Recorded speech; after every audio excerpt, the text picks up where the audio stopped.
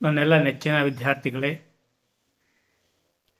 ಸ್ಪರ್ಧಾಕಾಂಕ್ಷಿಗಳೇ, ಜ್ಞಾನಾಕಾಂಕ್ಷಿಗಳೇ, ನಾನಿಂದು ನಿಮ್ಮೆದುರು ತಂದಿರುವಂತಹ ಪಠ್ಯ ಯಾವುದಪ್ಪ ಅಂದರೆ ಸ್ವಾತಂತ್ರ್ಯೋತ್ತರ ಭಾರತ.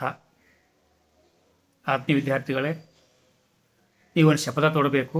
ನಾನು ಪಾಸಾಗುತ್ತೇನೆ, ನಾನು ಓದುತ್ತೇನೆ, ಹೆಚ್ಚಿನ ಅಂಕ ಪಡೆದೇ ತೀರುತ್ತೇನೆ ಎಂಬ ಶಪಥ ನಿಮ್ಮದಾಗಿರಬೇಕು. ಏಕೆಂದರೆ ನಾವು ಇಷ್ಟೆಲ್ಲ ತರಬೇತಿ ಕೊಟ್ಟು ನೀವು ಪಾಸಾಗದೇ ಇದ್ದರೆ, ನೀವು ಸರಿಯಾಗಿ ಪರೀಕ್ಷೆಯಲ್ಲಿ ಎದುರಿಸ್ತಾ ಹೋದರೆ ಕಳಂಕ ಯಾರಿಗೆ ಹೇಳಿ? ಹಾಗಾಗೋದು ಬೇಡ. ನಿಮ್ಮ ಯಶಸ್ಸಿನ ಬೆಂಬಲಕ್ಕೆ ಸದಾ ನಮ್ಮ ಶಿಕ್ಷಕ ಬಂಧುಗಳ ಸದಾಶಯ ಇದ್ದೇ ಇರುತ್ತೆ. ಈಗ ನೋಡ್ಕೊಂಡು ಬರೋಣ.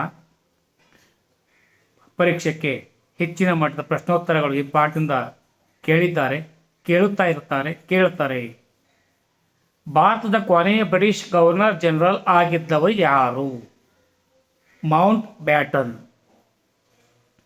ಭಾರತ ಪ್ರಥಮ ಗೃಹ ಮಂತ್ರಿ ಅಥವಾ ಭಾರತ ಉಕ್ಕಿನ ಮನುಷ್ಯ, ಸಂಸ್ಥಾನಗಳ ವಿಲೀನೀಕರಣ ಮಾಡಿದವರು ಯಾರು? ಮೂರಕ್ಕೂ ಉತ್ತರ ಒಂದೇ, ಸರ್ದಾರ್ ವಲ್ಲಭಭಾಯಿ ಪಟೇಲ್. ಭಾರತ ಪ್ರಥಮ ರಾಷ್ಟ್ರಾಧ್ಯಕ್ಷರು ಯಾರು? ಡಾಕ್ಟರ್ ಬಾಬು ರಾಜೇಂದ್ರ ಪ್ರಸಾದ್. ರಾಜ್ಯ ಪುನರ್ವಿಂಗಡಣಾ ಆಯೋಗದ ಅಧ್ಯಕ್ಷರು ಯಾರಾಗಿದ್ದರು? ಫಜಲ್ ಅಲಿ. ರಾಜ್ಯ ಪುನರ್ವಿಂಗಡಣಾ ಕಾನೂನು ಯಾವಾಗ ಜಾರಿಗೆ ಬಂದಿತ್ತು? 1956ರಲ್ಲಿ ಜಾರಿಗೆ ಬಂದಿತ್ತು. ಗೋವಾ ಯಾವಾಗ ಸ್ವಾತಂತ್ರ್ಯಗೊಂಡಿತ್ತು? 1961ರಲ್ಲಿ ಸ್ವತಂತ್ರಗೊಂಡಿತ್ತು.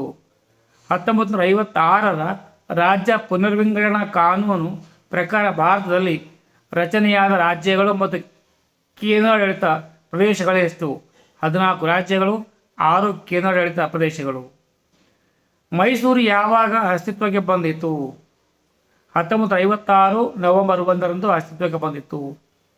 ಮೈಸೂರು ರಾಜ್ಯವು ಕರ್ನಾಟಕ ಎಂದು ಯಾವಾಗ ಮರುನಾಮಕರಣಗೊಂಡಿತ್ತು? 1973 ನವೆಂಬರ್ 1ರಂದು ಕರ್ನಾಟಕ ಎಂದು ಮರುನಾಮಕರಣಗೊಂಡಿತು. ವಲ್ಲಭಭಾಯಿ ಪಟೇಲ್ ಉಕ್ಕಿನ ಮನುಷ್ಯನ ಏಕೆ ಕರೆಯುತ್ತಾರೆ? ಏಕೆಂದರೆ ದೇಶೀಯ ಸಂಸ್ಥಾನಗಳನ್ನು ಯಶಸ್ವಿಯಾಗಿ ವಿಲೀನಗೊಳಿಸಿದರು. ಇವರನ್ನು ಬಿಟ್ಟರೆ ಬೇರೆ ಯಾರೂ ಇರಲಿಲ್ಲ. ಹಾಗಾಗಿ ಇವರನ್ನು ಉಕ್ಕಿನ ಮನುಷ್ಯನ ಕರೆಯುತ್ತಾರೆ. ಸ್ವಾತಂತ್ರ್ಯೋತ್ತರ ಭಾರತ ಸಮಸ್ಯೆಗಳಾವವು? ಜೂನ್ 22ರಂದು ಇದನ್ನು ಪ್ರಶ್ನೆ ಕೇಳಿದರೆ 25, 26 ಸಾಲಿನಲ್ಲಿ ಬಂದೇ ಬರುತ್ತೆ ಎಂಬ ನಿರೀಕ್ಷೆ ನನಗಿದೆ, ನಿಮಗೂ ಇರಲಿ. ಇದಕ್ಕೆ ಉತ್ತರವಾಗಿ ನಿರಾಶ್ರಿತರ ಸಮಸ್ಯೆ, ಕೋಮುಗಲಭೆಗಳು, ಸರ್ಕಾರದ ರಚನೆ, ದೇಶ ಸಂಸ್ಥಾನಗಳ ವಿಲೀನೀಕರಣ, ಭಾಷಾವಾರು ರಾಜ್ಯಗಳ ರಚನೆ, ಆಹಾರದ ಉತ್ಪಾದನೆ, ಕೃಷಿ ಬೆಳವಣಿಗೆ, ಕೈಗಾರಿಕೆಗಳ ಬೆಳವಣಿಗೆ ಇತ್ಯಾದಿ. ನಿರಾಶ್ರಿತರ ಸಮಸ್ಯೆಯನ್ನು ದೇಶವು ಹೇಗೆ ಎದುರಿಸಿತು? 2020ರಲ್ಲಿ ಪ್ರಶ್ನೆ ಕೇಳಿದ್ದಾರೆ, ಅತಿ ಮುಖ್ಯವಾದ ಪ್ರಶ್ನೆ. ಭಾರತ ವಿಭಜನೆಯಾದಾಗಿನಿಂದ ಜನರು ಪಾಕಿಸ್ತಾನಕ್ಕೆ ಮತ್ತು ಪಾಕಿಸ್ತಾನದ ಭಾರತಕ್ಕೆ ವಲಸೆ ಹೋಗಬೇಕಾಯಿತು. ಈ ನಿರಾಶ್ರಿತ ಜನರಿಗೆ ವಸತಿ, ಉದ್ಯೋಗ, ಭೂಮಿ, ಶಿಕ್ಷಣ, ಆರೋಗ್ಯ, ಸಾಮಾಜಿಕ ವಾತಾವರಣ ಎಲ್ಲವನ್ನು ನಿರ್ಮಿಸಿಕೊಟ್ಟಿತು. ವಲ್ಲಭಭಾಯಿ ಪಟೇಲ್ ದೇಶ ಸಂಸ್ಥಾನ ಹೇಗೆ ವಿಲೀನಗೊಳಿಸಿದರು? 1947 ವಿಲೀನ ಕಾಯ್ದೆ ಜಾರಿಯಾಯಿತು.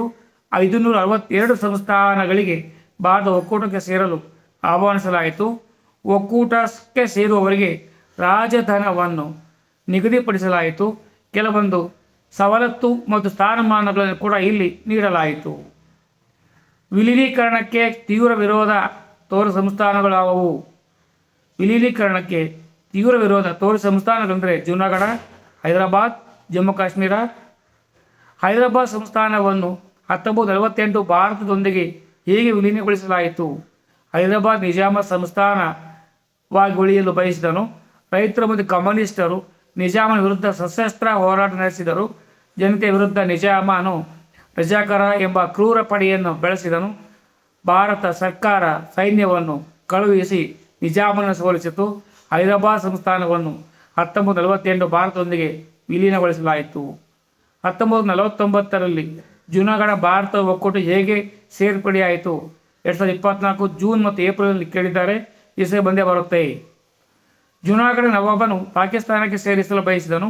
ಪ್ರಜೆಗಳು ಆತನನ್ನು ವಿರೋಧಿಸಿದರು. ಆಗ ನವಾಬನ ಪಲಾಯನ ಮಾಡಿದನು. ಅಲ್ಲಿನ ದಿವಾನನು ಮನವಿಯಂತೆ ಭಾರತ ಸೈನ್ಯವನ್ನು ಕಳುಹಿಸಿತು.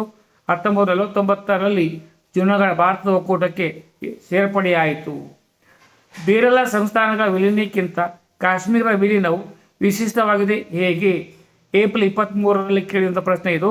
ಕಾಶ್ಮೀರ ರಾಜ ಹರಿಸಿಂಗ್ ಸ್ವತಂತ್ರವಾಗಿರಲು ಬಯಸಿದನು. ಪಾಕಿಸ್ತಾನವು ಕಾಶ್ಮೀರದ ಮೇಲೆ ದಾಳಿ ಮಾಡಿತ್ತು. ಕಾಶ್ಮೀರದ ನ್ಯಾಷನಲ್ ಕಾನ್ಫರೆನ್ಸ್ ಪಕ್ಷವು ಭಾರತದೊಂದಿಗೆ ಸೇರಲು ಬಯಸಿತು. ಇದರಿಂದ ರಾಜ ಹರಿಸಿಂಗನು ಭಾರತದ ಸಹಾಯ ಕೋರಿದನು. ಕಾಶ್ಮೀರ ಕೆಲವು ಷರತ್ತುಗಳೊಂದಿಗೆ ಭಾರತದೊಂದಿಗೆ ವಿಲೀನವಾಯಿತು. ಆದರೆ ಕಾಶ್ಮೀರದ ಒಂದು ಭಾಗ ಪಾಕಿಸ್ತಾನದ ವಶದಲ್ಲೇ ಉಳಿಯಿತು. ಇದನ್ನು ಪಾಕ್ ಆಕ್ರಮಿತ ಪ್ರದೇಶವೆಂದು ಕರೆಯಲಾಗುತ್ತದೆ. ಗೋವಾವನ್ನು ಪೋರ್ಚುಗೀಸರಿಂದ ಹೇಗೆ ಮುಕ್ತಗೊಳಿಸಲಾಯಿತು? ಜೂನ್ 20 ಮತ್ತು ಜೂನ್ 23ರಲ್ಲಿ 2 ಬಾರಿ ಪ್ರಶ್ನೆ ಕೇಳಿದ್ದಾರೆ. ಚೆನ್ನಾಗಿ ಓದ್ಕೋಬೇಕು. ಪೋರ್ಚುಗೀಸರ ವಿರುದ್ಧ ನಿರಂತರ ಚಳವಳಿ ನಡೆಯಿತು. ಪೋರ್ಚುಗೀಸರು ಆಫ್ರಿಕಾ ಮತ್ತು ಯುರೋಪಿಯನ್ನಿಂದ ಹೆಚ್ಚಿನ ಸ್ಥಾನವನ್ನು ತರಿಸಿಕೊಂಡರು, ಹೆಚ್ಚಿನ ಸೈನ್ಯವನ್ನು ತರಿಸಿಕೊಂಡರು. ಚಳವಳಿಯನ್ನು ದಮನ ಮಾಡಲು ಪ್ರಯತ್ನಿಸಿದರು. ಭಾರತ ಸತ್ಯಾಗ್ರಹಿಗಳು ಗೋವಾ ವಿಮೋಚನಾ ಹೋರಾಟ ಪ್ರಾರಂಭಿಸಿದರು. 1961ರಲ್ಲಿ ಭಾರತದ ಸೈನ್ಯ ಗೋವಾವನ್ನು ವಶಪಡಿಸಿಕೊಂಡಿತು. ಈ ವರ್ಷ ಪರೀಕ್ಷೆಗೆ ಬರುವಂಥ ಪ್ರಶ್ನೋತ್ತರಗಳನ್ನು ನಾನು ನಿಮ್ಮೊಂದಿಗೆ ತಂದಿಟ್ಟಿದ್ದೇನೆ. ಚೆನ್ನಾಗಿ ಅಭ್ಯಾಸ ಮಾಡಿ, ಮನನ ಮಾಡ್ಕೊಳ್ಳಿ. ನೀವು ಅಭ್ಯಾಸ ಮಾಡಿ, ನಿಮ್ಮ ಗೆಳೆಯರಿಗೂ ಶೇರ್ ಮಾಡಿ. ಯಾರೆಲ್ಲ ಸಬ್ಸ್ಕ್ರೈಬ್ ಮಾಡ್ಕೊಂಡಿಲ್ಲ ದಯಮಾಡಿ ಸಬ್ಸ್ಕ್ರೈಬ್ ಮಾಡಿಕೊಡಿ. ನಿಮ್ಮ ಬೆಂಬಲವೇ ನನ್ನ ಧ್ವನಿ ಸದಾ ನಿಮ್ಮ ಬಳಿ ಬರ್ತಾ ಇರ್ತದೆ. ಎಲ್ಲರಿಗೂ ಶುಭವಾಗಲಿ. ಸರ್ವೇ ಜನೋ ಸುಖಿನೋ ಭವಂತು. ಜೈ ಕರ್ನಾಟಕ, ಜೈ ಭಾರತ್ ಮಾತೆ.